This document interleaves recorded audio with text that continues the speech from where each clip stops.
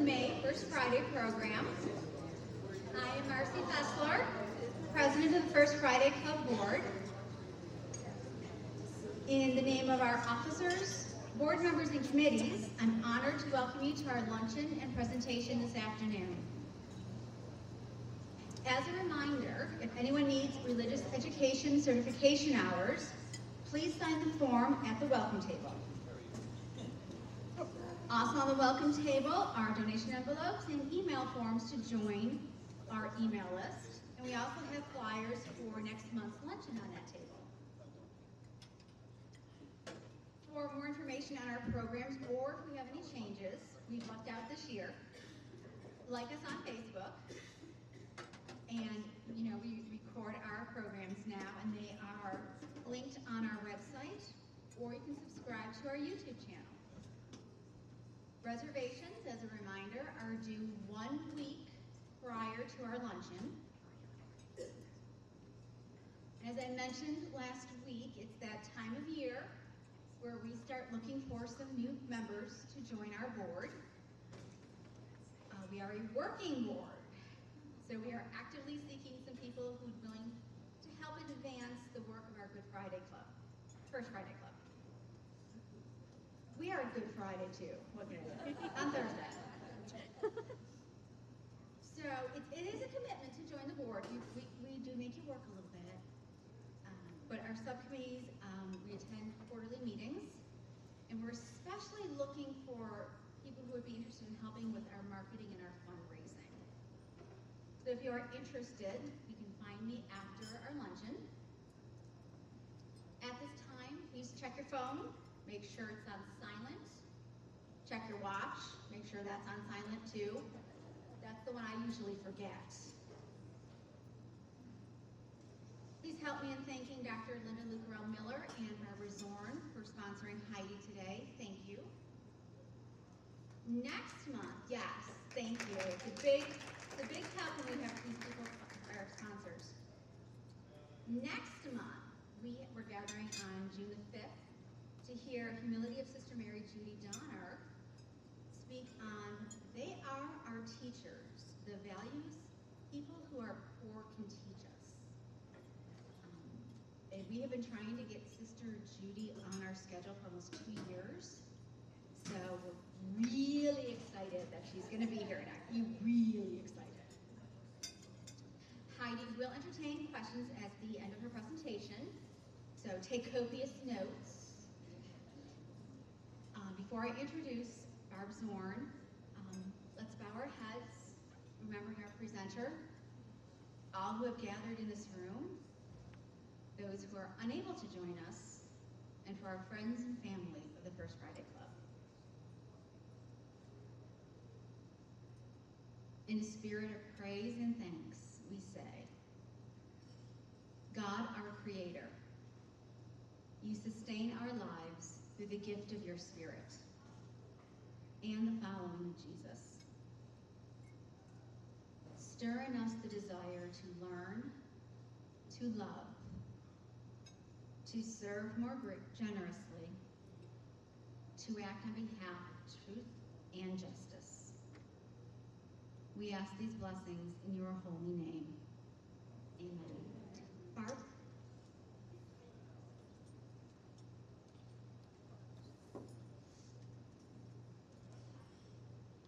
Thank you, Marcy. I'm Barb Zorn, everybody. And I just want to say hello to our dear Monsignor Rhodes, who is a regular attendee at this luncheon. And he is recovering right now from a recent episode, but I know he's going to be watching this video. Monsignor, we miss you. I'm very excited to introduce our speaker today. Heidi Schlumpf is a senior correspondent for the National Catholic Reporter.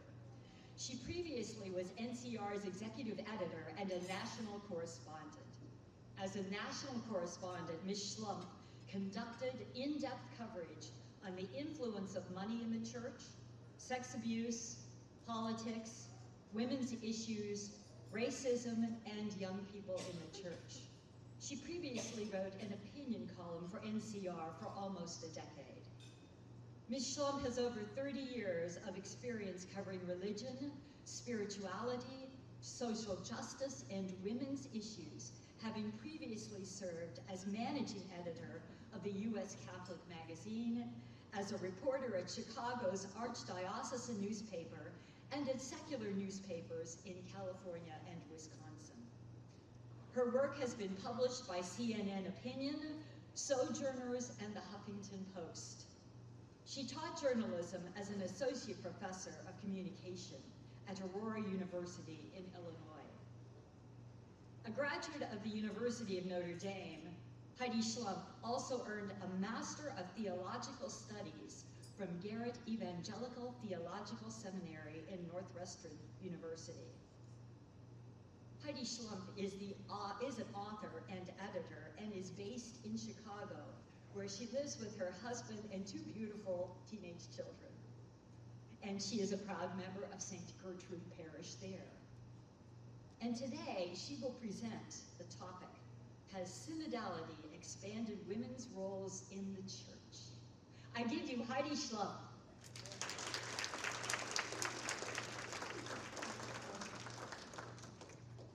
Okay, I'm gonna use a lavalier mic so I can walk around a little bit, if that's okay.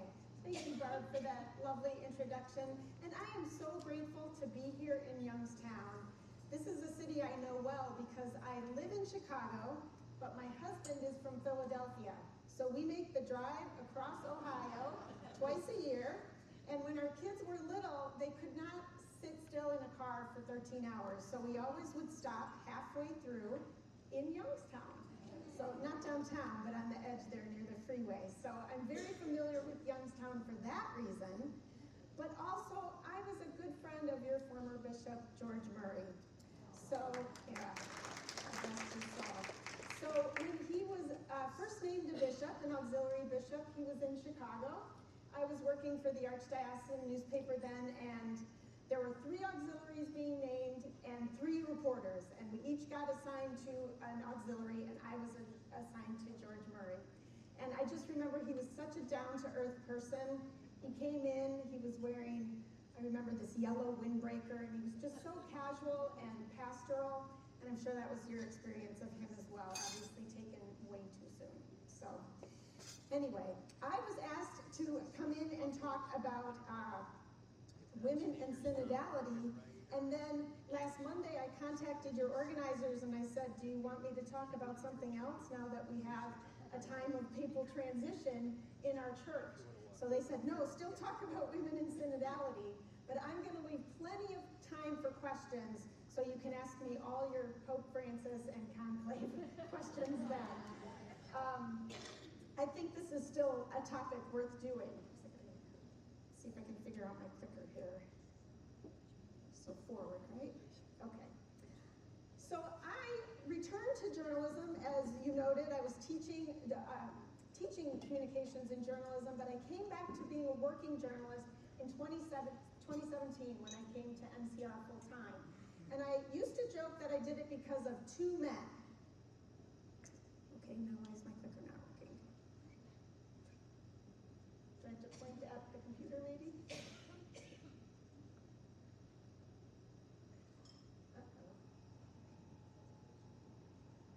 There we go. Pope Francis is one. Do I have to point in that direction? Oh, there we go. And Donald Trump is the other. Do you think you need to move it here? No. Whatever you decide. Both of these men are newsmakers, and this is catnip to a journalist, right? And I wanted to help Catholics understand the news they were making. So in 2017, I went back to journalism to do those kinds of stories. And I'll talk about Trump a little bit later, but you asked me here to talk about Francis and synodality, and how it affects women. I think that's still a topic worth considering, even if we're talking about it as part of his legacy now. Okay, try again. Oh, there we go. So back in 2017, I had no idea that synodality was going to be a hallmark of his papacy. I made a nice little chart for you so you can see all of Pope Francis's synods. The synods on the family had already concluded, And we were in preparation for the Synod on Youth and Young People, and a year later would be the Synod on the Amazon. But already, Pope Francis was changing how the church did synods. So previously, synods were these gatherings of bishops where they got up and gave speeches that no one was really even listening to. They were told kind of what they could and couldn't talk about, and often they were getting up not so much to advise the Pope, but to pledge some loyalties to the Pope. With the Synod on the Family, synods on the family, that started changing. Bishops were told they should speak their minds, especially about controversial issues, and you may recall they were considering one of the issues was communion for divorced and remarried Catholics without annulments. Then when it got to the Synod on Youth and Young People, they expanded the participation in the Synod by doing surveys of young people around the world to get their input before the bishops met. And that results of those surveys were brought to that Synod. Then, in 2020, Francis said, here's the topic for the next Synod. It's going to be, drum roll, Synodality itself. I'm going to be honest, I was disappointed. I thought, what could be more boring? A process about a process. And boy, was I wrong. Because I think, well, synodality is a tough marketing term. I would not have chosen it. When I go out and speak to parishes, often people don't even recognize the word. But the idea of synodality turned out to be very consequential, even in the short term, and of course it remains to be seen how it will be in the long term. I think synodality has the potential to change the church and how the church functions and how it treats women, and thus have big consequences for women's roles in the church. In short, it's a big deal. So now I'm speaking to a group of very engaged Catholics. So maybe you already know a lot about synodality. How many people participated in some way in the Synod on Synodality? Maybe a parish listening session, diocesan, maybe even at a higher level? That's pretty good, about half. The Synod was launched during the pandemic. And so, when these listening sessions were held, there was still some reticence in getting together in groups. And I know that some people think the participation in the Synod on Synodality was a little lower than they would have wanted. The estimate is that 1% of Catholics worldwide somehow participated in the Synod on Synodality. Now, 1 sounds like kind of a small number, but when you think of how many Catholics there are in the world, that's a lot of people. I've heard the Synod on Synodality described as the largest consultative process in world history. That is pretty important. A synod, by definition, is a gathering of bishops to advise the Pope, and it officially became a church process after Vatican II, but of course church leaders were already meeting similarly throughout history. And as I mentioned, Francis was already making some tweaks to how the synods were happening. And with the Synod on Synodality,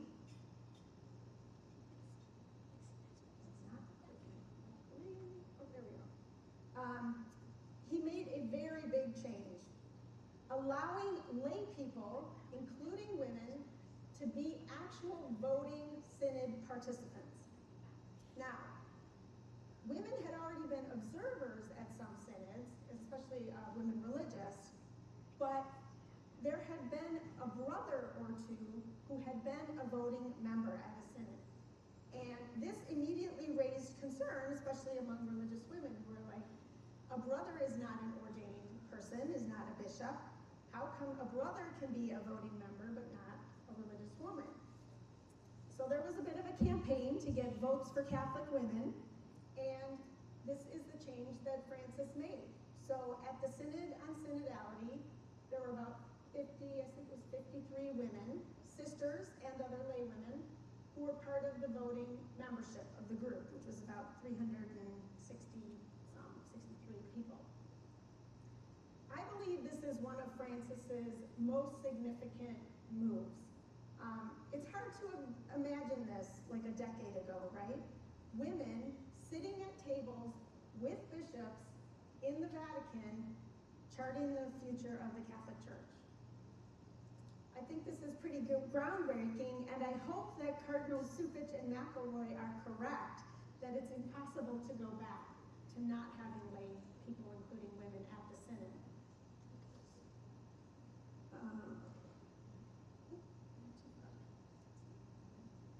Let me just say a little bit about the Synod process. As I mentioned, it began during the pandemic with the local gatherings at the parish level, and then feedback from those conversations were fed to the diocesan level where they did reports. This is the diocesan phase. Then those reports were brought into 14 regional groups, geographic groups in the United States. There was a 15th region that was for the Eastern Rite Catholics, and a 16th region, which was just for national groups. Then all those regional things were compiled into a national document, and together with Canada, that made up the North American Continental Report, which was the continental phase. Finally, the continental reports from around the world, there were 7 of them, were compiled into the working document for the universal phase, which included those 2 meetings, October 2023, October 2024. So with all these talks of reports and phases, it starts to sound like management speak, and like this is just some sort of corporate reorg kind of thing. And that's a fair criticism, because I think the Synod was about changing processes and structures and procedures. But, and I give credit to my colleague, Michael Sean Winters, I don't know if there's any readers of his column here, I think he's the one who convinced me that synodality is really about spiritual renewal. It's not just a reorganization. Synodality done right is supposed to make us be the church that that God means for us to be, walking together, as synod means, listening to each other, to the Holy Spirit, and therefore strengthening the institution so it can be a better witness in the world. That's what it's really about, not about structures. This was Pope Francis's vision. Now, I was in Rome for part of the Synod in 2023.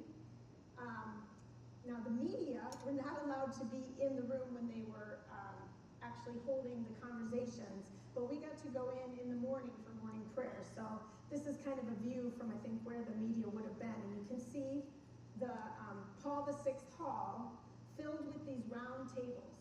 And much was made about the fact that they were sitting in round tables. Instead, in previous synods, there had been, stadium seating with some people down on the dais, or up on the dais there. The whole idea of round tables is that this was supposed to discourage the hierarchical thinking of the sage on the stage, right? And instead, promote dialogue and discussion. You're across the table like we are in round tables here. And then they used this process called conversations in the spirit. And I teach a class at Loyola in Chicago now, and I had my students practice this, as a different way of doing small group discussions. And in conversations in the spirit, you don't debate. You don't respond to what the other person said. You listen. So each person goes around and has their chance to talk about the issue that you're putting on the table. You have prayer at the beginning. And then in a second round, you look for common themes. But you don't debate another person. You really listen to their experience, and in turn, you are listened to. For some bishops, this was a new experience. And one of the headlines, I don't think this was an NCR story, but there was this story about how frequently you would have to hear, Your Eminence, it's not your turn to speak. She's speaking. Because sometimes it would be a woman who was speaking. So in that sense, I think the Synod did bring about change. You had more people there, more diverse kinds of people. You had this participation. You had this new way of discussing instead of just listening. So that does signal to me some sort of change. But on the topic of women, am I in speaking or are you doing it? Okay, no, thank you. From the beginning, the topic of women's roles and leadership was on the table, and it was a significant part of the discussions. So remember those continental level reports? There were 7 of them. Every single one mentioned women and their leadership and their lack of participation in some decision making. So sometimes you hear the story that, well, this is just a Western issue and it doesn't concern women in other parts of the world. And that's not true. Again, every continent, every part of the world, they raised this issue. And the working document, that's a picture of the cover there, was explicit. It specifically talked about women's ordination to the diaconate and to the priesthood. Now, there were differing opinions from some of the continental reports, and some people said it's a closed issue. Other people said it was an important issue that needed to be considered. But still, there it is, in a Vatican document, a discussion of women's ordination to diaconate and to priesthood. The document also didn't hold back in mentioning sexism and lack of equality, which were described as a stumbling block for the church in the modern world. So sometimes it's hard to think in big chunks of time, but over time, thinking of this, it's pretty significant and very different from previous popes. So you may recall that John Paul II in 1994 put out a document, Ordinatio Sacerdotalis, about women's ordination, saying that the issue was that women were not to be ordained, and that this was to be definitively held and not even discussed anymore. So you had people lost their jobs or got in trouble with the then Congregation for the Doctrine of the Faith for even bringing up the issue of women's ordination. Now, 20 years later, it's in a Vatican document, and people are gathering in Rome and discussing the issue. Another sort of symbolic, but I think noteworthy change was the Vatican had a website for the Synod. And on the website were links to some organizations that were participating. Maybe, like again, remember this Region 16? Some of these groups had their own listening sessions, and it included the Women's Ordination Conference, which is a non-profit group that advocates for women to be ordained, and what's the other one? New Ways Ministry, which is a pro-LGBTQ group. Both of these organizations had a presence on a Vatican website. Again, I think this is very significant and can't be overstated, how something that used to prompt a formal investigation into somebody by Vatican offices now is being openly discussed. So I think hopes were high, and when we had the first meeting in October 2023, it's understandable why there was a little bit of disappointment at the end. So this was a month-long meeting, and at the end, they produced a document, and the document really postponed and did not make any movement at this point on women deacons. So again, this is at 2023, not the second meeting. This document kind of took a both sides approach. It said, well, there are some people in the Synod who say women, and then we're primarily discussing women deacons here. This is unacceptable, it's not part of tradition. On the other side, there were people participating in the Synod who said, no, this is part of the early church's practice. And if we read the signs of the times today, this is something that's needed. This document also called for Pope Francis to release the results of the 2 commissions that he had created to study the issue of women deacons. Both of those commissions had met and done their work, but the results of their work had remained secret. And those results from those reports have still not been released. So I don't know what will happen now with Francis's death.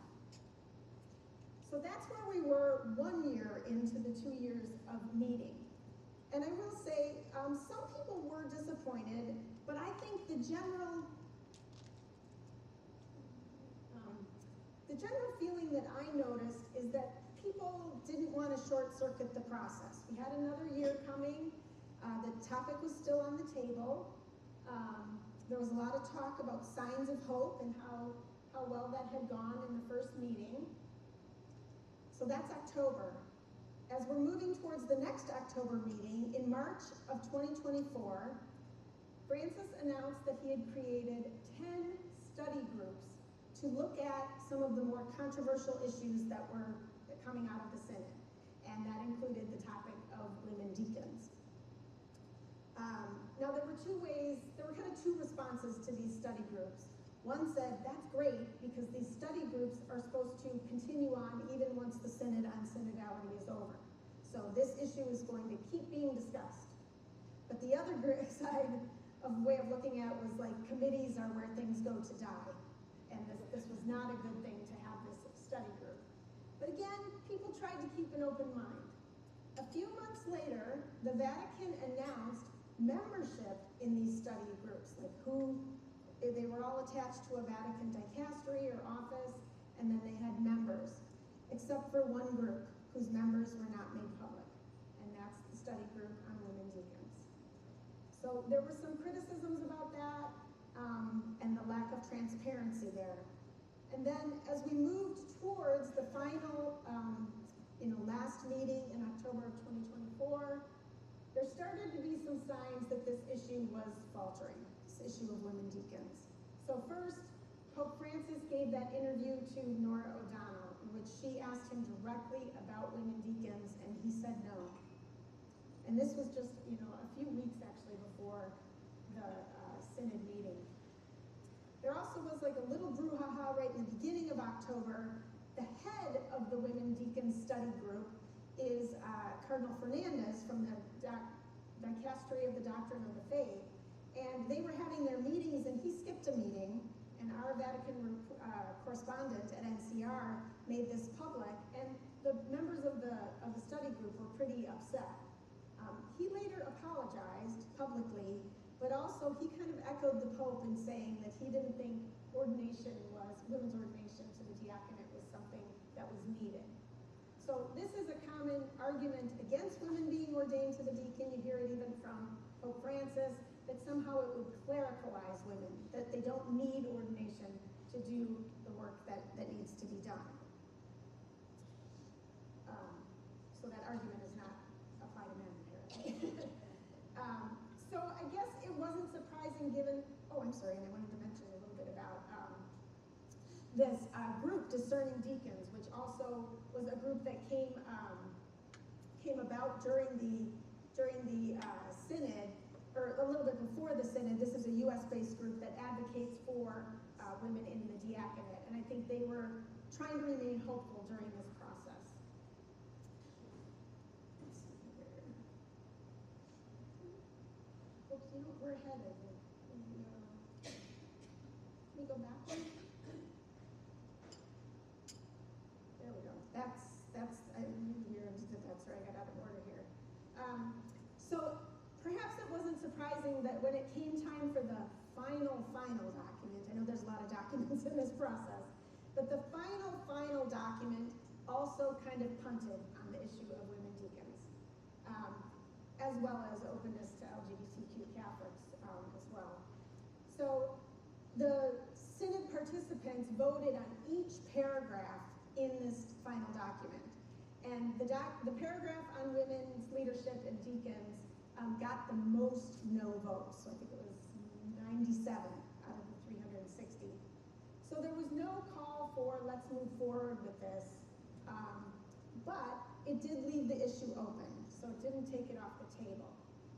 The other thing that's worth noting is that at the end of a synod, the Pope usually writes a post-synodal apostolic exhortation or some sort of document summarizing what was said. But for the Synod on Synodality, Pope Francis didn't do that. He said, let's let this document stand. The work of the Synod then becomes part of magisterial teaching. So now magisterial teaching says we can still talk about this. So again, some people were pretty disappointed. They saw the glass as half empty. We really hoped that at least this change, something that already existed in the early church and we just want to restore could happen. Others try to see the glass as half full and say, at least we can still discuss it. And this is where I was going to mention discerning deacons. Thank you. They're discerning because they're trying to help the church actively discern this question. I've met a number of their leaders. I've attended some of their events. A number of their members traveled to Rome in both 2023 and 2024 during the synods. Casey Stanton, one of their co-directors, told me that it's paragraph 60, that paragraph that got the most no votes, that really gives her hope. I think they try to see themselves as in this for the long haul, hoping that there will be change in the church, even if they don't happen in their lifetimes. And it is true that paragraph 60, which can we just click, oops. There it is, paragraph 60. So I know this is kind of small, but I'll read the important sentence to you. There is no reason or impediment that should prevent women from carrying out leadership roles in the church. What comes from the Holy Spirit cannot be stopped. I love that line. Additionally, the question of women's access to diaconal ministry remains open. This discernment needs to continue. Remember, again, that's magisterial teaching now. Some took that as a win, others understandably saw it as a loss. Now, remember, this is the end of October. They've had their month-long meeting, October 2024. A week later, U.S. presidential election. And as we know, Trump won with a greater share of the Catholic vote than he had gotten in 2016 or 2020. For many Catholic women, I think this was kind of a 1-2 punch of bad news. After the election, I started seeing on social media a number of Catholic women just really feeling frustrated with their church and their country.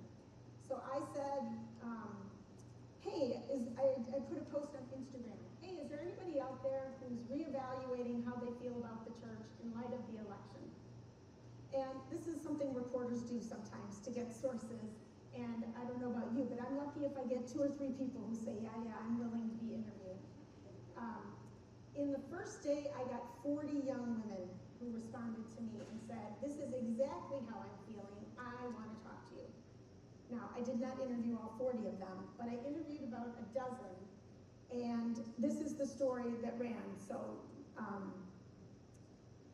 what struck me is how connected these women saw the politics in our country and the politics in our church. And many of them mentioned the synod specifically and feeling discouraged by the slow moving of the church on women's issues, and then on top of it, seeing so many Catholics in the U.S. supporting Donald Trump. I think this is something I want to continue to follow and hear from these women. Most of them did not say, and therefore I'm done with the church. Some of them were taking a temporary break from regular participation, but their faith was strong, but they were really struggling. So, the conclusion to this talk, before last Monday, was going to be synodality will continue, and thus I think we're going to continue to move forward with more openness to women's leadership roles. Then Francis got sick. I was encouraged from his hospital room. He was working, and one of the things he approved right there in his hospital room was that the synod should continue. So now we're going to have 3 more years. We're going to have diocesan, continental, and universal phases, again, maybe with more conversations happening. This is now about the implementation of the synod, and it's all going to culminate in another meeting in Rome, again in October 2028. All of this sounds familiar, I'm sure. So I think there's still hope that synodality can continue, or at least that's Francis's plan, or it was. Then on Easter Monday, we got the news that Francis hopefully most of you were not awoken at 3:45 a.m. like I was with the phone call asking me to comment on the Pope's death for a TV station. And I said, the Pope's what? Certainly he was ill and he was elderly, but he really seemed to rally, and so I was quite surprised. So we've laid Francis to rest. The conclave begins next Wednesday, and many of the cardinal electors are already in Rome having those meetings called the general congregations, where they, together with the cardinals who are over 80, talk about what does our church need in this time. I was going to say they're probably meeting right as we are here today, but it's May Day in Rome and thus a holiday, so they are not meeting. So hopefully most of them are talking to NCR journalists so we can know what's happening in those general congregation meetings, because they're not open to the media. But I think as we think about the future, it's worth looking back on Francis's legacy on women a little more generally. I did a story that was written before he died and ran shortly after he died, and the headline kind of says it. It was a mixed bag. On the one hand, here's some of his accomplishments. He appointed a bunch of women to top Vatican roles. He changed the rules so that a Vatican office, which we now call a dicastery, can be headed by a layperson, and he named a woman to head one. It's the office that for consecrated life or for religious. So Sister Simona Brambilla is the head of that. He made a woman the head of the Vatican city-state, which is she's probably the most powerful woman in Vatican role. He also, changed that women could vote at the synod, as I said, and the head of the synod office is also a woman, Sister Natalie Beckhardt. He changed the Code of Canon Law to officially include women as lectors and altar servers, and he changed the rules for the Holy Thursday foot washing, which previously didn't say that women could have their feet washed, since it was representing the 12 apostles. And he himself washed the feet of women on Holy Thursday. I think all of this is real progress. On the other hand, there were some negatives. So Sister Brambilla was actually made co-prefect of the dicastery for religious, and a cardinal was named with her, because there was some concern that there might be some decisions that needed to be done by someone who was ordained. Pope Francis also sometimes said things that seemed outdated at best about women. So he liked to emphasize women's motherhood. He used John Paul II's language of feminine genius sometimes, like trying to praise women, but noting that we had some sort of special genius and that was different from male genius. At one time, he called the female theologians the strawberries on the cake. He also frequently railed about this, boogeyman of gender ideology, which I think is a catch-all for I'm not sure what. And of course, he didn't make any substantial changes to church teaching on women for deacons or priesthood. So one of the theologians I interviewed for this article said, Francis reminded her of her elderly father, who was a Mexican-American, in that he didn't mean to be demeaning to women, but he was just this product of his culture and his time and his generation. Now, some people have described Francis as a bridge. He's not the person who's going to make the major changes, but he helps us get from here to there. And he's this bridge we're walking over as the in-between person. That might be true, we will see. Will synodality continue? Will women's roles be expanded? Now, that is in the hands of 133 men. No women, just men. And the Holy Spirit, so we can acknowledge the Holy Spirit is feminine. Two little footnotes about the conclave and women, I will say. This news article made me laugh. So this is Sister Brambilla. She accidentally received an email invitation to go to the general congregation meetings, where they just, the pre-conclave meetings, because she's the head of a dicastery, and the assumption was she's the cardinal. Consistories are only for cardinals, and the general congregation meetings are only for cardinals too. I think this is sort of fun funny, and obviously she didn't go, but it also shows, like, the email list is old and they don't take into account that Francis has made a change, that women can head a dicastery now. And then the Women's Ordination Conference, who I mentioned was on the website. Can you click to the next one? They have started a social media campaign that says a woman's place is in the conclave. So they're trying to point out that it is only men making this very consequential decision for the whole church, and they think women should have some say so too. So I'm thinking about those cardinals. They're meeting in these general congregation meetings, and they're being held in that same Paul VI hall. 51 of the 133 were at the synod meetings. So that's a third. A third of the cardinals sat at round tables with women across from them talking about the future of the church. So maybe some of those women will have an effect after all when those men go into the Sistine Chapel next week and make the choice about who our next leader will be. We can only pray they do. So thank you so much for listening, and I hope I've given you enough time for lots of questions.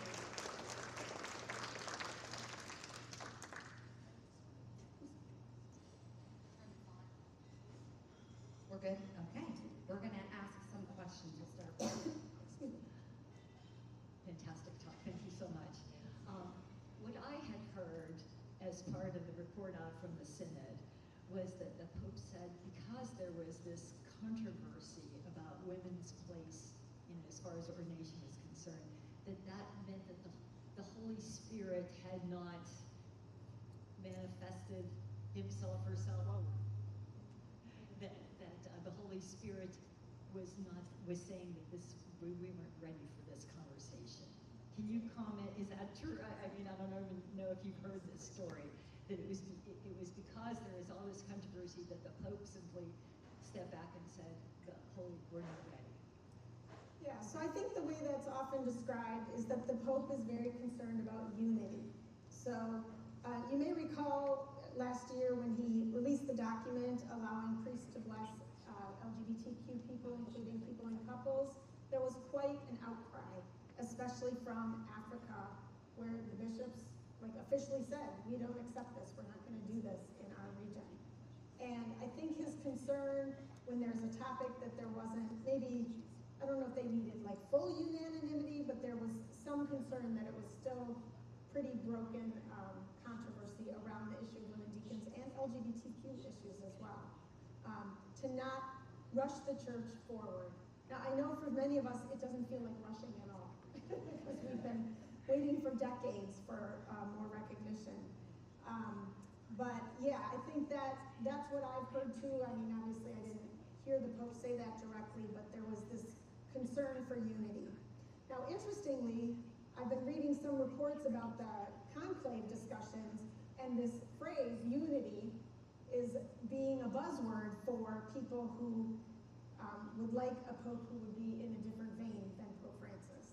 So this idea that unity and clarity are kind of the buzzwords for what we might say conservative. These are not good labels, conservative, but somebody who would take the church in another direction. So they're good words, unity and clarity, but they might have a hidden meaning. Isaac? I remember one of the women that was appointed to one of the Vatican positions after a meeting was interviewed and was asked about how would you solve or approach the issue of women in the diaconate. And I found her answer to be really interesting. You may have read it. She said, quit ordaining men. And then she went on to infer that we are all sharers in the ministry. We should be all inclusive, and there's no need for the separation. Just give us all the same opportunity. I can't remember her name though, but she was appointed to one of the Vatican positions, and I thought it was a unique answer.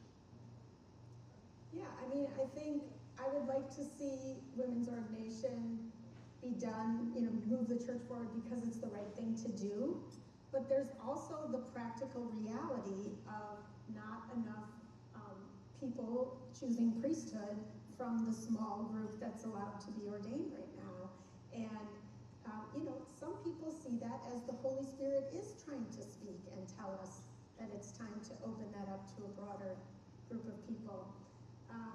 There's just such a ingrained history and patriarchal sexism that's there that I think it is a bit of a stumbling block, but I would agree with her, whoever that was. I'm a little bit of a mathematician, so I want to go back. You said there were 97 no votes. Were there 175 yes votes? For paragraph 60? Yes, the paragraphs had to get 2/3 vote, not just half. So it did pass, and it is part of the document. But they just, when they note the voting on each paragraph, so you could see that it was the thing that was the most controversial. So it got the most no votes of any paragraph that passed. I'm sorry, I should have been clear about that. Thank you. Okay. I'm on my way to UNIT. You mentioned that Pope Francis opened up the possibility of women being installed as lectors and acolytes, and I was just wondering if you have seen that actually happen in practice, and if so, where, if you can talk about that. Yeah, so those are the new ministries that he opened. I think in other parts of the world that has been a bigger, push, and it might have been something they were doing in, for example, Latin America already. I think we've done a couple stories that I haven't written them about, are there any dioceses in the U.S. who's moving on this? And I think actually Bishop Stowe's in Lexington might be one where they're doing that. But again, women are pretty involved in most parishes liturgically already, and so I'm not sure if these new positions are seen as really much of an expansion here. But yeah, that's a good question. I have a question back here. I have three things. I'll try to make two less important than the third one. First of all, thanks for your presentation. Secondly, I think we can all subscribe to the National Catholic Reporter, but do you, is that online? Can we also follow your good discussions online if we look up NCR online? Yes. Okay. Oh, you're going to let me give a commercial here? That's Yeah, great. okay. Well, you've already done that. I think we appreciate what you're doing. The third thing would be, 1, 2, 3. What do our Catholic theologians and laity learn from the role of women in other Christian denominations?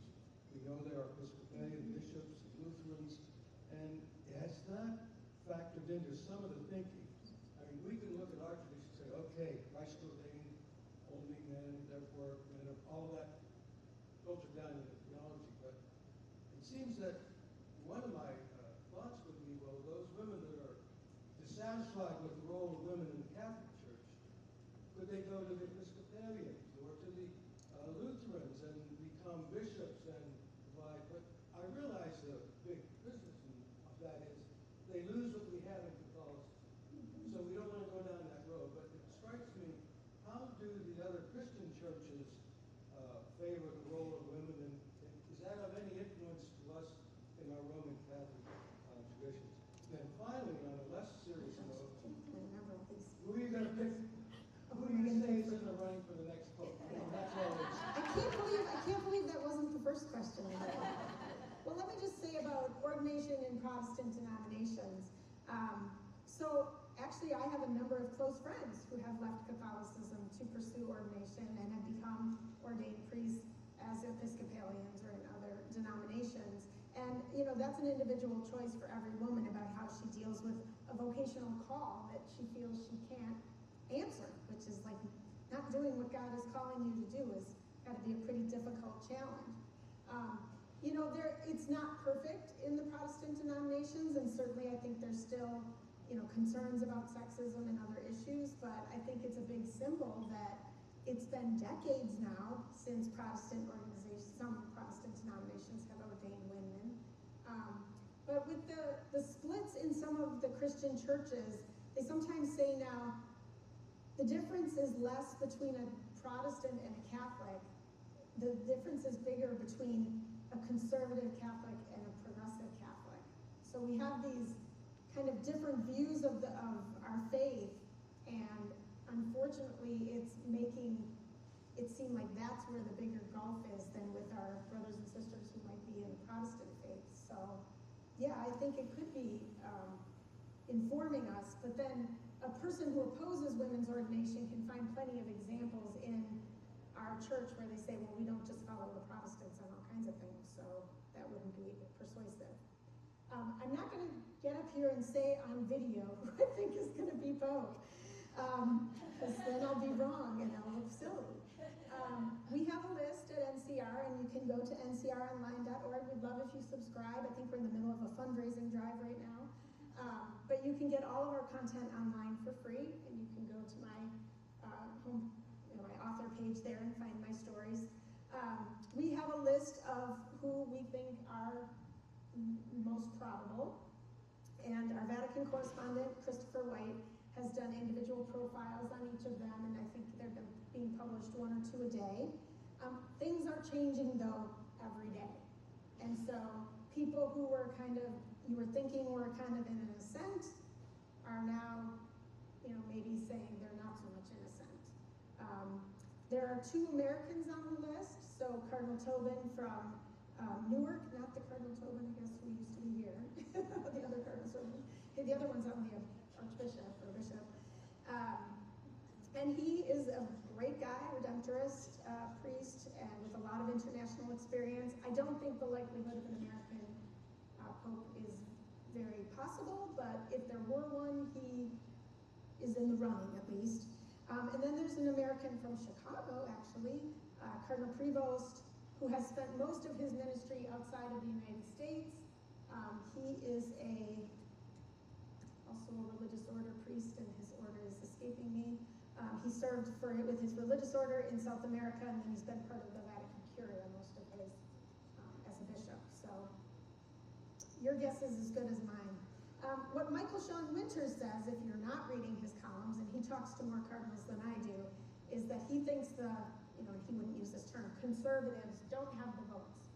So he thinks we're going to get someone who continues in the vein of Pope Francis, but that could look very different. Continuing in the vein of Pope Francis could be very different than how Pope Francis did it.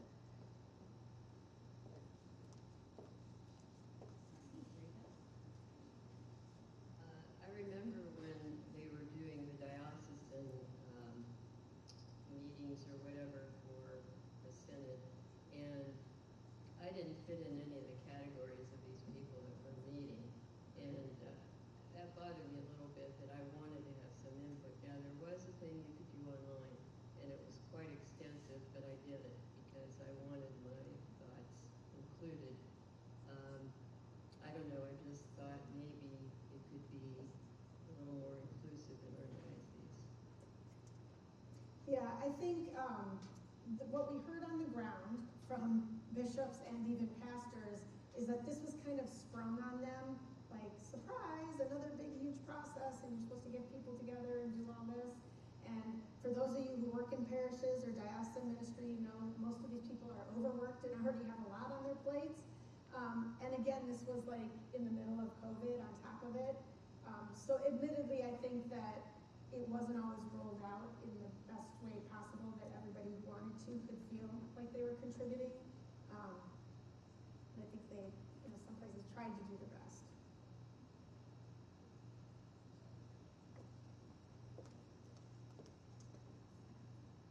I have a question about the annulment. Is that still under discussion? The communion for divorced Yes. and remarried with annulment. So that was not officially changed.